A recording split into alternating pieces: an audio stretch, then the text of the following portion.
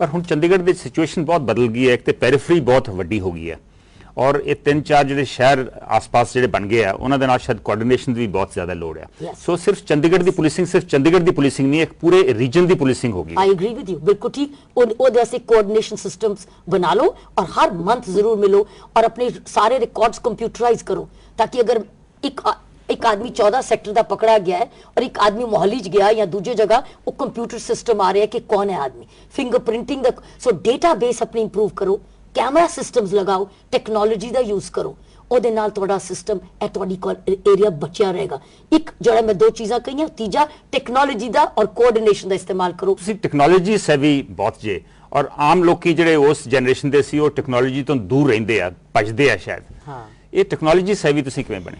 United nations ਜਾਣਨਾ, ਤੁਸੀਂ UN ਚ ਨਹੀਂ ਜਾ ਸਕਦੇ ਵਿਦਆਊਟ ਬੀਇੰਗ ਟੈਕਨੋਲੋਜੀ। ਸੋ 2003 ਤੋਂ मैं ब्लैकबेरी यूज करनी शुरू की और कंप्यूटर्स विच मैं अपने आप नूं कीता, क्योंकि मैं नहीं तो यूएन सफल हो ही नहीं सकती सी। ਉਹਦੇ ਬਾਅਦ ਇਹੋ ਜਿਹਾ आदत पै गई, लेकिन ਉਹਦੀ वैल्यू भी आ गई कि टैक्नोलॉजी ਦੇ बिना ਤੁਸੀਂ ਆਪਣੇ टाइम ਨੂੰ श्रिंक नहीं कर सकते। ਤੁਸੀਂ ਪੰਜਾਬ ਦੇ ਰਹਿਣ ਵਾਲੇ ਜੇ, ਅੰਮ੍ਰਿਤਸਰ ਦੇ ਵਿੱਚ ਤੁਹਾਡੀ ਪੈਦਾਇਸ਼ ਹੋਈ ਔਰ ਉੱਥੇ ਤੁਸੀਂ ਵੱਡੇ ਹੋਏ। ਪੰਜਾਬ ਇੱਕ ਬਹੁਤ ਔਖੇ ਸਮੇਂ ਚੋਂ ਲੰਘਿਆ, ਉਦੋਂ ਤੁਹਾਡਾ ਕਦੀ ਮਨ ਨਹੀਂ ਕੀਤਾ ਕਿ ਮੈਂ ਪੰਜਾਬ ਦੇ ਵਿੱਚ ਆ ਕੇ, ਜਦੋਂ ਔਖਾ ਸਮਾਂ ਸੀਗਾ, ਜਦੋਂ ਟੈਰਰਿਜ਼ਮ ਇੱਥੇ ਸੀਗੀ ਬਹੁਤ ਪੀਕ ਦੇ ਉੱਤੇ ਸੀ, ਇੱਥੇ ਆ ਕੇ ਮੈਂ ਕਿਸੇ ਤਰੀਕੇ ਨਾਲ ਕੰਟਰੀਬਿਊਟ ਕਰ ਸਕਾਂ? ਮੈਂ ਨਹੀਂ ਫੈਸਲਾ ਕਰ ਸਕਦੀ ਮੇਰੀ ਪੋਸਟਿੰਗ ਕਿੱਥੇ ਹੋਏ, ਕਿਉਂਕਿ ਦਿੱਲੀ ਐਂਡ ਯੂਨੀਅਨ ਟੈਰੀਟਰੀ ਕਾਫੀ ਲੋਕੀ ਇੱਥੇ ਡੈਪੂਟੇਸ਼ਨ ਤੇ ਆਏ ਉਸ ਵੇਲੇ ਪੰਜਾਬ ਦੇ ਵਿੱਚ। ਮੇਰਾ this is what you can ask for, ਮੇਰਾ was Delhi and union territory cadre. ਮੈਂ ਕਹਾਂ ਮੈਨੂੰ ਉੱਥੇ ਭੇਜ ਦੇਣ ਤੇ ਉਹ ਨਹੀਂ ਬੰਦੇ, ਉਹਨਾਂ ਨੇ ਉਹੀ ਕਰਨਾ ਜੋ ਉਹਦੇ ਵਿੱਚ ਵੀ ਰੀਜ਼ਨ ਲੱਭਦੇ, ਬਲਕਿ ਚੁੱਪ ਹੀ ਰਹੋ ਤਾਂ ਸ਼ਾਇਦ ਆ ਜਾਂਦੇ, ਕਹਿੰਦੇ ਤੇ ਕਦੀ ਵੀ ਨਾ ਭੇਜਣ। ਤੁਸੀਂ 2007 ਦੇ ਵਿੱਚ ਵੋਲੰਟਰੀ ਰਿਟਾਇਰਮੈਂਟ ਕਿਉਂ ਲਈ? ਇਸ ਕਰਕੇ ਸ਼ਾयद ਕਿ ਤੁਹਾਨੂੰ ਦਿੱਲੀ ਪੁਲਿਸ ਕਮਿਸ਼ਨਰ ਨਹੀਂ ਬਣਾਇਆ? यस, दिल्ली पुलिस कमिश्नर उन्होंने जान के नहीं बनाया। मेरी सीनियोरिटी भी सी और मेरे को हाईएस्ट रैंक भी सी, क्योंकि हाईएस्ट रैंक कभी नहीं मिलती अगर मैं काबिल नहीं होंगी। सो मेरे को डीजी की रैंक भी सी, मेरे को सीनियोरिटी भी सी, लेकिन मेरे को प्लायबिलिटी नहीं सी कि मैं गलत कहना मना, वो चीज़ नहीं सी। वो मेरी I am like an open book कि की चीज़ मैं नहीं करनी तो केड़ी चीज़ मैं करनी, मेरे नॉन नेगोशिएबल्स बिल्कुल क्लियर है। सो वो जो प्राइम मिनिस्टर की गड्डी चुकी गई सी, उदों दी मैं नोन हो गई सी कि अगर प्राइम मिनिस्टर की गड्डी तो भी नहीं डरदी तो फिर हू इज शी।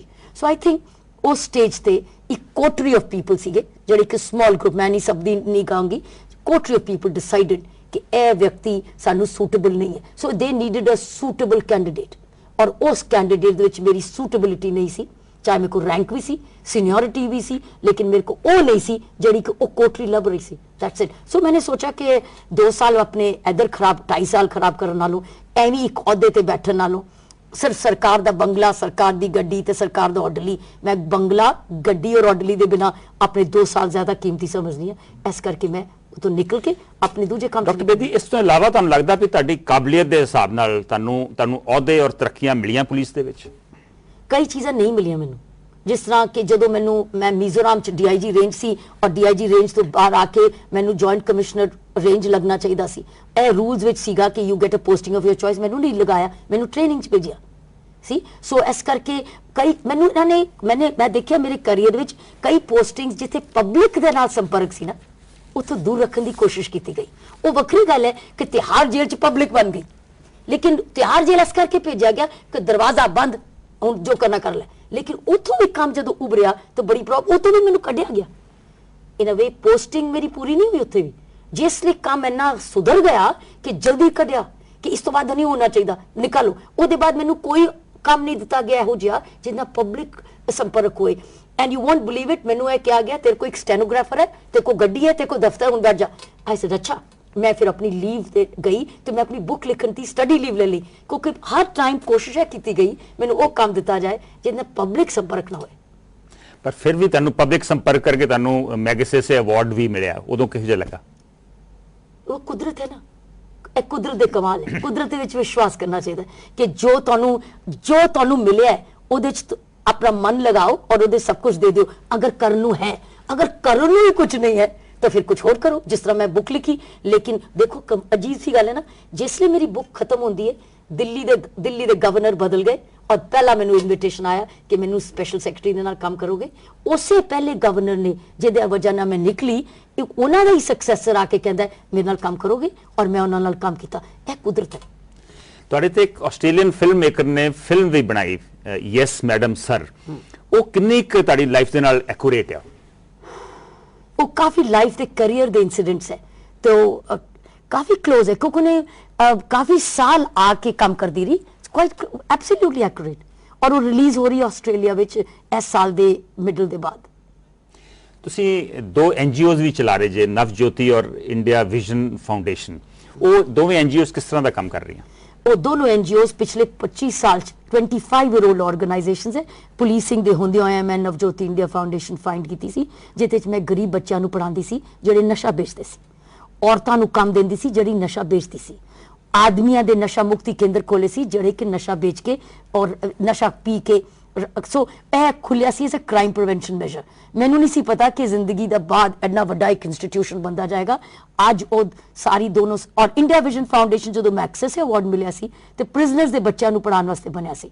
अज दोनों इंस्टीट्यूशनस बन गए, अपनी अपनी बिल्डिंग्स बन गई हैं, वो नवजोत वो कम्यूनिटी कॉलेजेस बन गए और अज 10,000 बेनिफिशरीज डेली मिलते, जिहदे 4,000 तो बच्चे ही है जिन्होंने असीं स्कूल ड्रॉप आउट नहीं होने देंदे, औरतां नूं है, रूरल प्रोग्राम्स है, हैल्थ केयर है। सो हुण कम्यूनिटी कॉलेजेस बन गए, जिहड़ा हुण साडा नारा है प्ले वे टू प्लेसमेंट। तुसीं शुरू कीता साडे नाल नर्सरी च और साडे नाल एंड तक जाओगे जब तक तुहानूं काम नहीं मिल जाएगा। दैट मीनस एक गरीब बच्चा अगर साडे कोल आया है तो कमाऊ बन के निकलेगा। ਤੇ ਫੰਡਸ ਦੀ ਕੋਈ ਪ੍ਰੋਬਲਮ ਆਈ ਇਹਨਾਂ ਦੋਵਾਂ ਫਾਊਂਡੇਸ਼ਨ? ਅਸੀਂ फंड रेजिंग बहुत करते हैं। मेरी बुक की रॉयल्टीज़ है, मेरे इनाम है, मेरे जिन्ने अवार्ड्स है, साडे नाल डोनर्स जुड़ते हैं, इंडिविजुअल डोनर्स जुड़ते हैं और कई ऑर्गेनाइजेशंस है इस तरह जुड़ते जुड़ते। सरकार की परसेंटेज सिर्फ 5 या 6%, बाकी 95% जी है यह इंडिविजुअल डोनर्स वर्ल्ड वाइड तो सानू सपोर्ट आती है। असी अपना ऑलमोस्ट बजट ईवन है। अगर मान लो साडा 3-4 करोड़ का खर्चा है साल का तो उन्ना असी इकट्ठा हो जाता है लोगों की मदद के नाल ते असी चलते। अज तक 25 साल हो गए, लेकिन लैंड भी डोनेशन च आई, बिल्डिंग भी डोनेशन से आई, तो वही कहते ना लंगर विच कदी कमी नहीं होंदी गुरु दे घर। ਇੱਥੇ ਤੁਸੀਂ ਡਾਕਟਰ ਬੇਦੀ ਨਹੀਂ, ਆਈਪੀਐਸ ਅਫਸਰ ਨਹੀਂ, ਜਿੱਥੇ Kiran is actually on a fun trip. Does that happen? मैनू नहीं पता, रोज नवा दरवाजा कोई खड़कांदा है तो कोई नवी चीज लियांदा है। मैं सोचनी है तो ईश्वर वालों कोई मैसेज आया है, सही है तो चलो। ਨਹੀਂ ਪਰ ਇਹ ਬੜੀ आराम करना की फायदा। ਪਰ ਕੇਅਰ ਫ੍ਰੀ ਲਾਈਫ ਕਦੀ ਮਿਸ ਨਹੀਂ ਕਰਦੇ ਵੀ ਆਪਣੇ ਸਕੂਲ ਟਾਈਪਸ ਕਾਲਜ ਟਾਈਪਸ ਦੇ ਨਾਲ you go on N adventure trip ਔਰ ਅ ਫਨ नहीं, ट्रिप? मैं मिस कर दी हूं। मैं अपनी टेनिस प्लेइंग मिस कर दी हूं, मैं स्विमिंग जाना पसंद कर दी हूं, मिस कर दी हूं, क्वाइटली बैठ के लिखना मिस कर दी हूं, अमृतसर जाके छुट्टी मनाना मिस कर दी हूं। आई डू मिस, लेकिन सवाल उठता है कि वो मेरा पर्सनल नीड है, यह दूजी है नेशनल नीड या कम्यूनिटी नीड। सो होंदा की है कि कम्यूनिटी नीड हमेशा मेरी पर्सनल नीड नू ओवररूल कर दिंदे। ਤੁਹਾਡੀ ਲਾਈਫ ਦੇ ਦੋ ਟੈਗਲਾਈਨਸ ਆ, I dare and making it possible, ਔਰ ਹੁਣ ਤੁਸੀਂ ਲਾਈਫ ਦੇ ਇੱਕ ਹੋਰ ਨਵੇਂ ਪੜਾਅ ਦੇ ਵਿੱਚ ਪੈ ਰਹੇ ਜੇ, ਕਿ ਨਵੀਂ ਟੈਗਲਾਈਨ ਹੋਊਗੀ ਕੋਈ ਇਹਦੇ ਵਾਸਤੇ? I do, I do, firm I dare making it possible and I do, I do. I do and I get things done and I do it for the country। क्योंकि हुण है जिहड़ी मूवमेंट मेरे सामने है ना, मैं समझदी हां जिंदगी दी सब तो वड्डी मूवमेंट है। क्योंकि एक दिन एक बारी अगर देश ईमानदारी की तरफ चल गया, उहदा डर पैदा हो गया, करोड़ां रुपए सदियां वास्ते साडे बचते रहेंगे। ਇਸ ਵੇਲੇ ਦੇਸ਼ ਵਾਸਤੇ ਤੁਹਾਡੇ ਹਿਸਾਬ ਨਾਲ ਸਭ ਤੋਂ ਵੱਡੀ ਚੈਲੰਜ ਕੀ ਹੈਗੀ? जन लोकपाल बिल, इफेक्टिव जन लोकपाल बिल, यह सब तो बड़ी चुनौती है। उसके बाद इलैक्टोरल रिफॉर्म्स।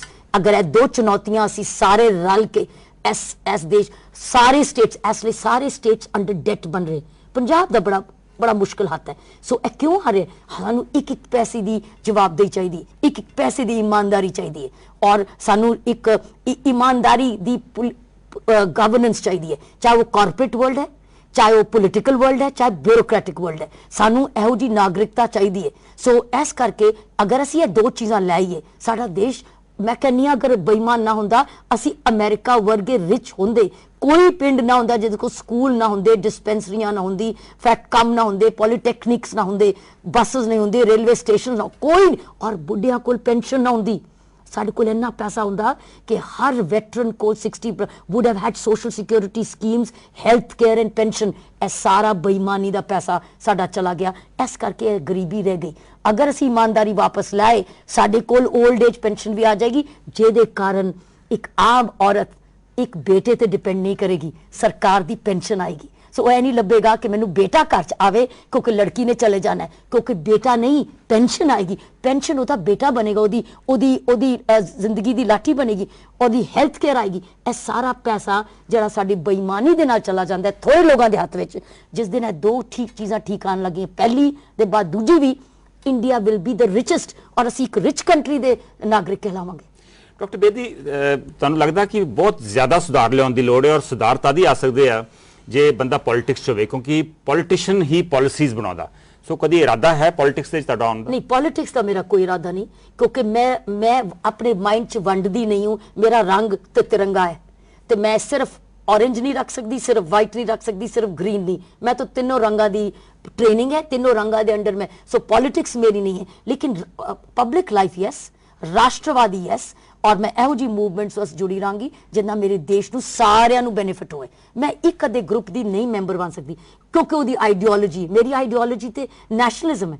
ਮੇਰੀ ਆਈਡੀਓਲੋਜੀ ਨਾ ਲੈਫਟ ਹੈ, ਨਾ ਰਾਈਟ ਹੈ, ਨਾ ਸੈਂਟਰ ਹੋਵੇ। It is according to need. So ਇਸ ਕਰਕੇ ਮੇਰੇ ਪੋਲਿਟਿਕਸ ਮੇਰੇ ਦਿਮਾਗ 'ਚ ਨਹੀਂ ਹੈ, ਔਰ ਨਾ ਹੀ ਮੈਂ ਇੱਕ ਗਰੁੱਪ ਦੇ ਪਿੱਛੇ ਲੱਗ ਜਾਵਾਂ, ਕਿਉਂਕਿ ਹਾਈ ਕਮਾਂਡ ਨੇ ਕਿਹਾ ਹੁਣ ਮੈਂ ਉਹੀ ਕਹਾਂ। ਹਾਈ ਕਮਾਂਡ ਤੇ ਮੇਰਾ ਸਿਰਫ ਰੱਬ ਹੈ, ਮੇਰਾ ਹਾਈ ਕਮਾਂਡ ਹੋਰ ਕੋਈ ਨਹੀਂ, ਈਸ਼ਵਰ। Very good, wish you all the best in your endeavours. Doctor Bedi, thank you very much, ਤੁਸੀਂ ਸਾਡੇ ਸਟੂਡੀਓ ਆਏ, ਸਾਡੇ ਨਾਲ ਗੱਲਬਾਤ ਕੀਤੀ। Thank you doctor Bedi. ਇਸ ਦੇ ਨਾਲ ਹੀ ਫੇਅਰ ਐਂਡ ਸਕੁਏਅਰ ਦਾ ਇਹ ਅੰਕ ਇੱਥੇ ਹੀ ਖਤਮ ਹੁੰਦਾ ਹੈ। ਸੋ ਅਸੀਂ ਗੱਲ ਕਰ ਰਹੇ ਸੀ ਬਹੁਪੱਖੀ ਸ਼ਖਸੀਅਤ ਡਾਕਟਰ ਕਿਰਨ ਬੇਦੀ ਨਾਲ। ਅਗਲੇ ਹਫਤੇ ਫਿਰ ਮੁਲਾਕਾਤ ਹੋਏਗੀ ਇੱਕ ਨਵੀਂ ਸ਼ਖਸੀਅਤ ਨਾਲ। ਨਮਸਕਾਰ, ਸਤਿ ਸ੍ਰੀ ਅਕਾਲ।